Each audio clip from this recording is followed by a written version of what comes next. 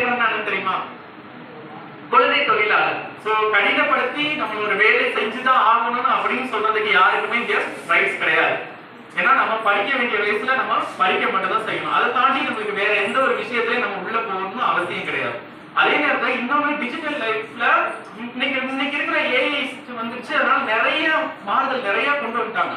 நிறைய போனே நம்ம கிட்ட மொபைல் போன் இருந்தாலே எல்லாமே நம்ம பார்த்துடலாம், அப்படித்தானே? ஆனா அந்த மொபைல் போனை வச்சு நல்ல விஷயத்துக்கு மட்டும் பயன்படுத்தினாலே போதும். நிறைய பேர் அதை வச்சு வேற வேற சோசியல் மீடியா முதல்ல சின்ன பசங்க எல்லாம் அதெல்லாம் யூஸ் பண்ணிட்டு இருக்காங்க.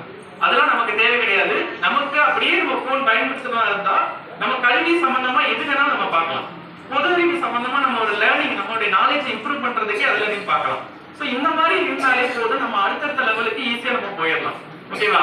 எல்லாருக்குமே ஒரு கனவு இருக்கும், அடுத்த லெவலுக்கு நான் இந்த ஒரு ஆம்பிஷன் வச்சிருப்பீங்கல்ல, ஒரு கலெக்டர் ஆக போறேன், டீச்சர் ஆக போறேன் அப்படின்னு ஒவ்வொருத்தருக்கும் ஒரு ஆம்பிஷன் இருக்கும்.